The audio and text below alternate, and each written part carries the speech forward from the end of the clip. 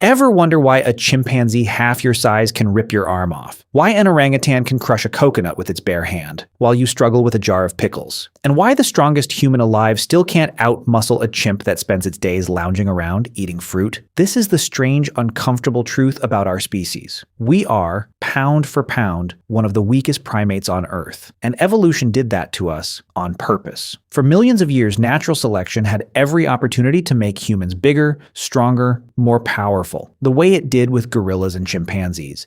But instead, it took our ancestors down a completely different path. Understanding why reveals one of the most fascinating trade-offs in the entire story of life. Let's start with the numbers, because they're honestly kind of humbling. Chimpanzees, our closest living relatives, are estimated to be anywhere from 1.5 to twice as strong as humans in raw muscular output, despite weighing significantly less than the average adult man. Studies using specially designed strength testing rigs found that chimps could pull with far more force, relative to body mass, than human athletes attempting the same task. And this isn't because chimps are secretly doing bicep curls in the jungle, it's because their muscles are built differently at a fundamental level. Human muscle tissue is dominated by what are called slow-twitch fibers, the type built for endurance, efficiency, and sustained activity. Chimpanzee muscle, on the other hand, leans heavily toward fast-twitch fibers, the explosive, powerful fibers built for short bursts of raw strength. This isn't a coincidence or a minor biological quirk. It's the fingerprint of a completely different evolutionary strategy. And to understand why humans ended up on the endurance side of that equation, you have to go back millions of years to the moment our ancestors climbed down from the trees and onto the open grasslands of Africa. When early hominins left the forest canopy, they entered a world that rewarded a very different set of skills than the one that shaped chimpanzees and gorillas. In the trees, brute strength matters enormously. You need the power to swing, to climb, to fight for territory and mates in close quarters combat. But on the open savanna, the game changed entirely. Our ancestors weren't the fastest animals out there. They weren't the strongest, and they certainly weren't equipped with claws or fangs, so if raw power wasn't going to save them, something else had to. That something else turned out to be endurance. Specifically, the ability to run long distances in punishing heat, better than almost any other animal on the planet. Humans are, without exaggeration, one of the greatest endurance athletes in the animal kingdom, and this is where our weakness in one area becomes an almost superhuman strength in another. Consider the mechanics of persistence hunting, a technique still practiced by a handful of hunter-gatherer groups today. Hunters chase an animal, like a kudu or an antelope, not by outrunning it in a sprint, which they could never do, but by relentlessly pursuing it for hours, sometimes in the brutal midday heat, until the animal literally overheats and collapses from exhaustion. This strategy only works because of a suite of adaptations that trade explosive power for sustained output, and every one of those adaptations came at the direct expense of raw strength. Take our sweat glands, for example. Humans have between 2 and 4 million sweat glands distributed across nearly our entire body, an almost absurd number compared to other mammals. This allows us to cool ourselves incredibly efficiently while remaining active. Most animals, including our fastest four-legged predators, have to stop and pant to cool down, which means they simply cannot sustain a chase the way we can. Then there's our hairlessness, which seems like a strange trait for a mammal, until you realize that less body hair means sweat can evaporate off the skin far more effectively, turning the human body into a walking radiator built for the long game. Add to this our upright bipedal posture, which exposes less surface area to direct overhead sun compared to a four-legged animal. Our long legs and springy Achilles tendons that store and release elastic energy with each stride, like a natural shock absorber. And our large gluteal muscles, the biggest muscles in the human body, which stabilize our trunk during running in a way that simply isn't necessary for walking. And you start to see an entire architecture built not for a single explosive burst of force, but for grinding, relentless, hours-long pursuit.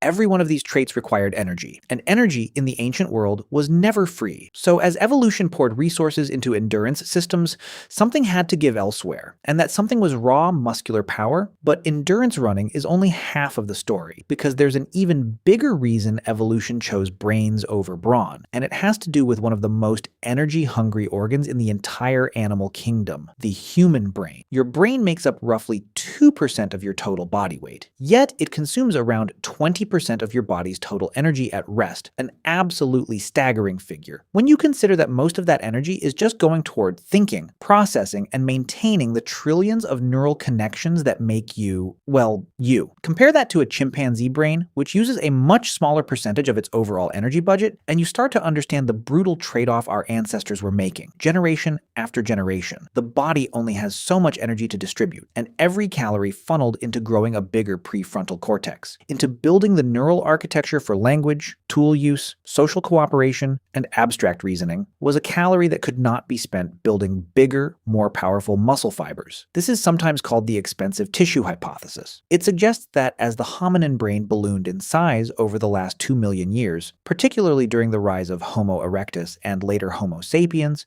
our digestive systems actually shrank to compensate, since a smaller gut requires less energy to maintain, freeing up calories for that ever-hungrier brain. And muscle mass, being another incredibly expensive tissue to build and maintain, took a hit right alongside it. In other words, evolution looked at the total energy budget available to our ancestors and made a calculated bet. Instead of investing in bigger biceps, invest in a bigger brain. Because a brain capable of inventing spears, throwing weapons, controlling fire, and coordinating group hunts would ultimately provide far more survival value than raw physical power ever could. And this bet paid off spectacularly, because it turns out that outsmarting a threat is almost always more effective than outmuscling it. A human with a sharpened stick and the strategic knowledge of how to use it can take down an animal many times its size and strength, something no amount of bicep strength alone could accomplish. Weapons, tools, and coordinated group strategy became a kind of external strength, a way of borrowing power from the environment and from each other rather than generating it internally through muscle tissue. And once that shift happened, the evolutionary pressure to maintain gorilla-level strength essentially evaporated. Why grow massive muscles at enormous caloric cost when a group of humans working together with basic tools could accomplish the same task, or an even harder one, more efficiently and with less individual risk? This connects to perhaps the single most underrated superpower in human evolution: cooperation. Unlike chimpanzees, whose social structures are often built around individual dominance, physical intimidation, and direct competition for resources, human survival became deeply, fundamentally dependent on group cohesion, shared childcare, food sharing, and complex communication. A strong, aggressive individual chimp can dominate through sheer force, but a strong, aggressive early human who alienated the group through violence would likely find themselves ostracized. And in the unforgiving environment of prehistoric Africa, being cast out from the group was essentially a death sentence. This created what scientists call self-domestication pressure, where evolution actually began selecting against extreme aggression and raw physical dominance, in favor of traits like tolerance, patience, and social intelligence, because those traits made you a more valuable, more trusted member of a cooperative group. Interestingly, this mirrors what happens when wild animals are domesticated, where reduced aggression often comes packaged with physical changes like decreased muscle mass. And some researchers argue that humans essentially domesticated themselves over hundreds of thousands of years, selecting for the socially skilled and cooperative over the physically dominant. There's also a more mundane, but equally important piece of this puzzle: fine motor control. As tool use became central to human survival, evolution began prioritizing dexterity and precision over pure power, reshaping our hands so that we could achieve an incredibly precise grip between thumb and fingers.